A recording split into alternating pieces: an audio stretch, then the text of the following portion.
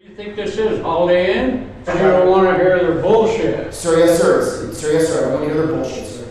This isn't high school. If you're not going to take it serious, then you're going to end up locked up again. You don't want to take responsibility for your actions. If we help you, it's a horrible situation. I hate when someone tells me what I'm doing wrong, what I'm bad at. Those kids' lifestyle will change. It's hard to take. We're in Moriah Shock Prison, New York State. The special feature? No fences, no barbed wire, no locks. Instead, rigorous military drills. The prisoners could escape at any time, but they don't. How does the prison without walls work? 5:30 a.m. Time to wake up. 15 minutes later, the 300 inmates have to work out, like soldiers, every day for 2 hours. New in prison, Thomas Eisenberger. He's in for drug trafficking. Every minute here, a challenge for the 35-year-old. When I first got here, the PT was a little hard. I would personally never run away. Military drill instead of prison walls. Eisenberger deliberately chose this. Like everyone else, he had a choice in court: several years in jail or 6 months at Moriah Shock. Eisenberger hopes to be reprogrammed. The drill takes its toll. He needs his energy. There's a tough test ahead. What the drill can achieve is best shown by Brian Colon. He's been here for 5 months. The system has turned him upside down. Feel great, man. It's a beautiful morning. Close to going home. Getting my mind and my body right. Can't ask for anything more right now. Well, it's like medicine. Sometimes medicine tastes nasty, but it makes you feel better. Drill instructor Dave Adams' task: making the prisoners compliant. The objective: blind obedience. Physical training starts at day, all right? Gets them motivated. Second platoon, fall out. Sir. Yes, sir. Quickly. They get excited about PT. Not so much in the beginning when we first start the program, but after they've been here about a month, 6 weeks, they look forward to it. Second platoon, you look forward to PT? Sir, yes, sir. Second platoon, what about PT? We like it, we love it, we want more of it, make it hurt, make it hurt, hoorah! That's the tone of the day. They like it. 6 months of military-style drill is too hard for many. 20% of the inmates drop out and voluntarily go to the normal jail. The others have to push through and hope to be better people after 6 months. After 2 hours of physical training, the inmates are allowed to have breakfast. 1 of 3 meals a day. They have exactly 15 minutes. Every day they get the same menu: 2 glasses of milk, coffee, potatoes, cornflakes, a banana. Everything the men do is carefully coordinated to the smallest detail. No walls in jail. This works only through coordination. Nobody is allowed to step out of line. No walls also means no privacy. Eisenberger lives along with 45 other inmates in the same room. The reason behind this? Mutual control. And it works, because if an inmate is messy, everyone gets punished. A lot of my fellow peers' lockers are a little higher and tighter than mine. They make this look a lot sharper than I do. I do well. I pass my evals, so I'm doing good. But it can look a lot better than this. It can also look a lot worse. Just like in other jails, there are no personal belongings. I knew it was coming. No packages, nothing like that. These are my personal belongings. That's what I accept.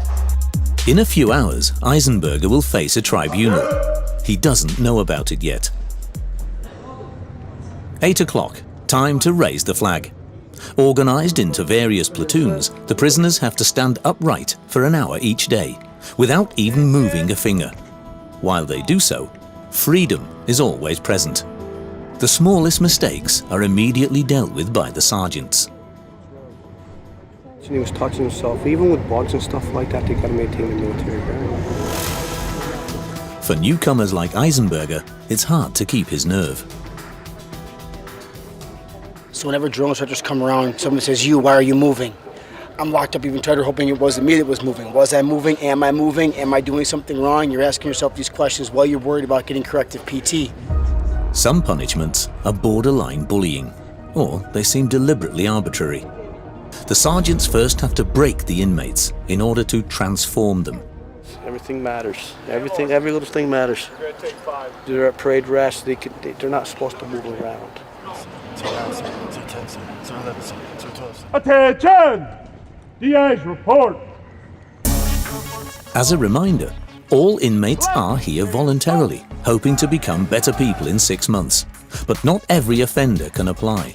The prisoners in Moriah are petty criminals and don't have a history of violent crime. Therapy is also part of the program. Here, inmates are to tear down their personal walls. They shouldn't have secrets. Prison veteran Brian Colon has to deal with his past drug abuse today and open up about the darkest chapter in his life. Colon did and sold heroin. He spent 5 years in a normal jail. But the time was more a swampland of temptation than of improvement for the 39-year-old. In real prison, there is no caring community. There's probably more drugs in prison than in the outside world. There's more violence in prison than anywhere else in the world. The staff here is phenomenal. They genuinely care. They may come down on you hard, but it's all because they see in you what you should see in yourself. I've become a better me in every way possible. Colon wants to become a better person at any cost. Escape from the prison without walls, not an option. Never thought about leaving, never thought about quitting. If anything, every day I try a little bit harder. Brian appears to us as an honest guy, but also robotic. The shock program changed him. Every day, a bit more. We discussed how security is ensured with Superintendent Rawson Boyce. Since the founding of Moriah in the 1980s, he's significantly influenced the prison. There are certain criteria that they have to meet before they're sent to a correctional setting that doesn't have a fence. There's also several counts and there's several security measures that we take. Hardly anyone relapses, and it's cheaper. The shock program saves up to $20,000 per inmate. By comparison, in Germany, sooner or later every second inmate relapses and ends up back behind bars. In this setting also, the inmate has the advantage of going home in 6 months rather than being incarcerated for his entire state bid. So the inmates don't want to jeopardize that. The huge reduction in their prison sentence keeps most of them from running away. In the morning, the risk of escaping is at its highest. The inmates perform charitable work in the next town. Today I believe we're going to clean up some campsites. It's 11 o'clock. Without shackles, in an unsecured van, Eisenberg's group is on its way. The destination? A campsite 10 kilometers away, in the middle of an idyllic national park.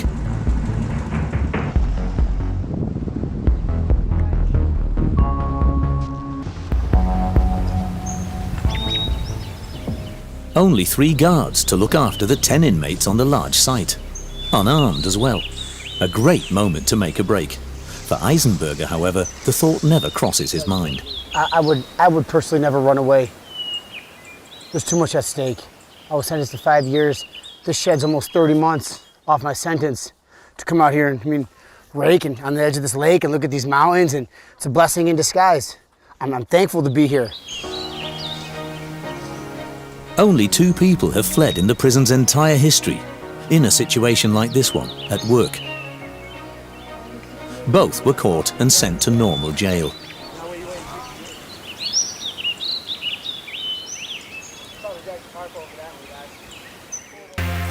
Time for dinner. Pasta, peas, white bread, a yogurt and a glass of milk are being brought to the table. The most important thing now is food, because after 10 hours of continuous drill, the prisoners have been pushed to their limits. And even then, the sergeants don't back down. Eisenberger has to adjust to the pressure.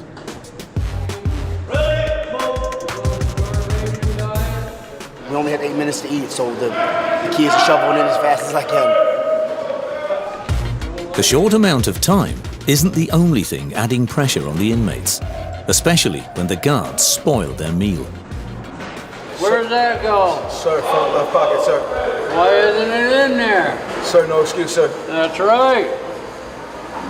Enjoy your meal on the back wall. Sir, yes, sir. See ya.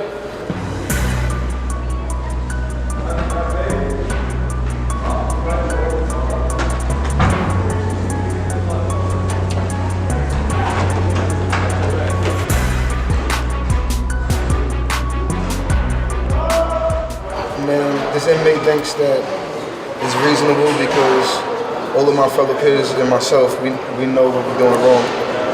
So it'll make us not do it again next time, man.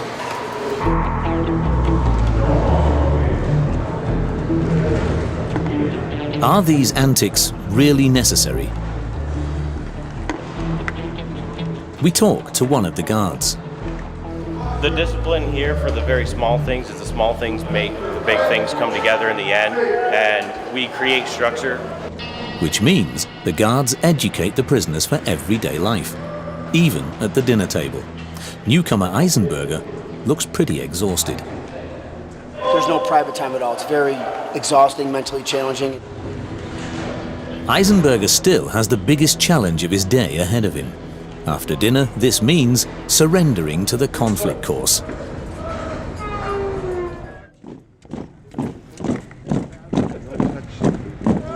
Inmates tear down walls amongst themselves. They even drill criticism, all against one. If you're the one in the pillory, you're not allowed to defend yourself. When we sit down here in this group, we have to air each other's issues and shortcomings and defects of character. It's a horrible situation. Today is Eisenberger's turn for his first run in the hot seat. His platoon has a lot to say.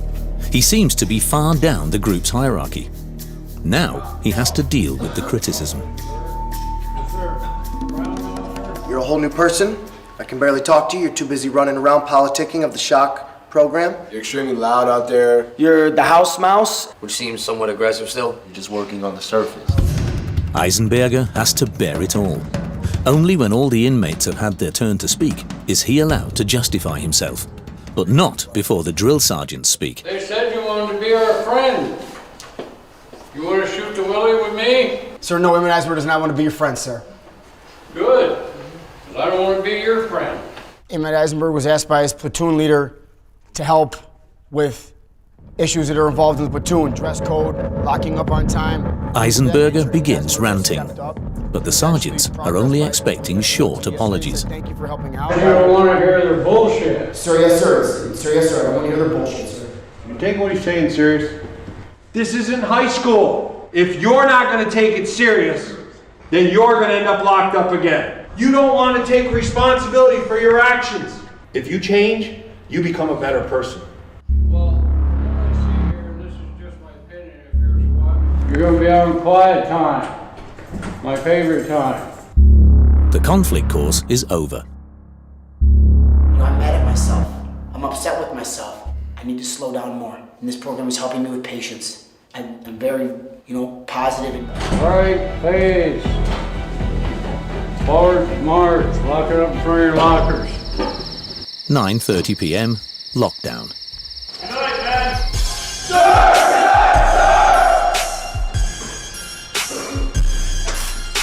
The prison without walls. A tough drill and the hope for a better life. Nobody thinks about leaving.